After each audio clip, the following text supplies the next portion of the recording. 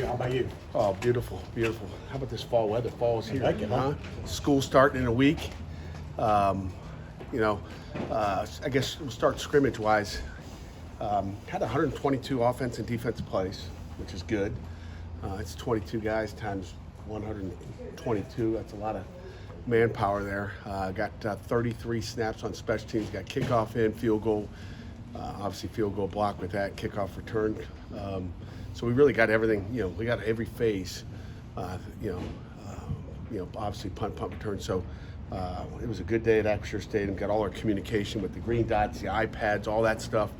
I think that's important with just the new technology and getting it in Acrisure Stadium.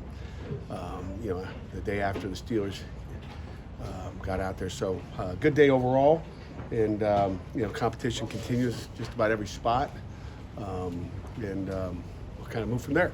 Do you have a quarterback, and we tell him, tell us who it is? Yeah, we don't have a quarterback. I mean, we've got two quarterbacks. Man, that's a good thing. I'm glad we got more than one. We got two quarterbacks that are really good. Those are hard decisions, and let's take it day by day. I mean, you get into game planning and who's picking up game plans and all that. I feel like we have two really good quarterbacks to come win with right now. So, what did you see? No answer for you. What did you see from either this? The same thing I've seen all camp. I mean, nothing different. They both, have their game, and it was good. And again, I guess I probably should say the offense won the scrimmage. I don't know if you guys knew that. So the offense did come out on top. I want to say like 39-25, something like that. It was a good scrimmage. Again, offense was much cleaner than they were in the last scrimmage. I think the ones and twos on offense had one penalty the entire game, which was impressive. I don't know if I've ever seen that before. The defense had a few, but not often.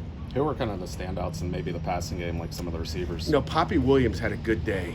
Poppy had probably, he was the guy that, that popped out to me. Poppy popped out. Kenny Johnson had a good day. I'm trying to think of who else. So those are the two that stand out to me right off the bat. To say five guys stood out would be, I'm blowing smoke, you know what I'm saying, Jerry? So those are the two that stood out to me. You stood out at Linebacker. I would say Kyle Lewis. Okay, we start three of them. So Kyle Lewis, Brandon George, Key continues to play really well. And then Biles and Lovelace. I mean, both those guys. I mean, I think we got some guys in there. Those guys all stood out, and they better. He's the backup to Brandon. Can he always play outside? Key can play outside if we wanted to. We haven't got a ton of reps there, but he's smart enough to do it. He's fit right in with our defense. So Key can do a little bit of everything. He's physical. He's got great instincts as well. I am really happy with where he is right now. With the offense winning, I mean, were you disappointed at all in the defense? No. And as a head coach, here comes our guy. He hadn't been here for a while, but he came back today. Question was, was I disappointed with the defense? Not at all. I was disappointed with the offense the last scrimmage. This one I was not disappointed. The offense just plugged away at the defense. It wasn't like these explosive plays. There was a couple, like there better be, but it was one of those as a head coach you walked out there going, okay, I feel good about all three phases. It wasn't like you're like, oh man, whoa, like there was none of that. Like I slept better, Sunday night than I did, last Saturday night. So I was not disappointed in the defense. The offense did some really good things. They executed. They didn't hurt themselves. I talked about penalties. They had one penalty. They didn't, if you shoot yourself in the foot, you have no chance. But they, the defense made them earn it, for most part. But the offense earned it too. So it's time for one more. Who stood out running back in the scrimmage? I'm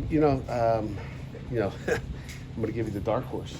The guy that stood out to me, okay, and the guy that stood out to me was Derek Davis.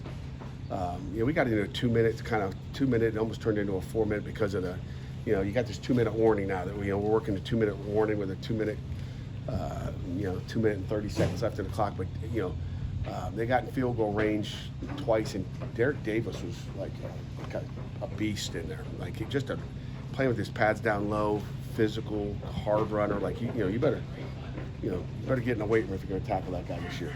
Any takeaways defensively? Takeaways? not that I haven't mentioned already. I mean, solid performance, stuff we got to work on in all phases. So, Interceptions or fumbles? interceptions or fumbles. As far as there was one interception, there was one fumble. The one fumble was an exchange problem, so it wasn't like we caused it, which is disappointing defensively. Like, let's get more turnovers, but I guess it's a good thing if your offense not turnover. And then the interception was a tip ball, so it was not like we threw it to the other guys, and that's how the offense won the scrimmage too, probably. I have one more. I heard you. I'm sorry. You're good. I heard you on Jim Rome. You said Nate Yornell got into a little bit of a skirmish after an interception. Can you tell us who picked him off that he tackled? He tackled PJ O'Brien. PJ got all mad, but PJ picked him off, and I think Nate lost his mind. But he's done that in high school too, so that was not a good move. Is that Sunday? Good question. That was Sunday? No, this is. Hey, you better stay up. I'll let you talk to Amanda. I like Jim Rome. Maybe you got to start getting on a text string with Jerry, just so he's got to stay up. I don't know. Let me It was a know couple next days time ago. you're on Jim Rome. You let EJ know. The EJ will tell you. I think EJ tweeted.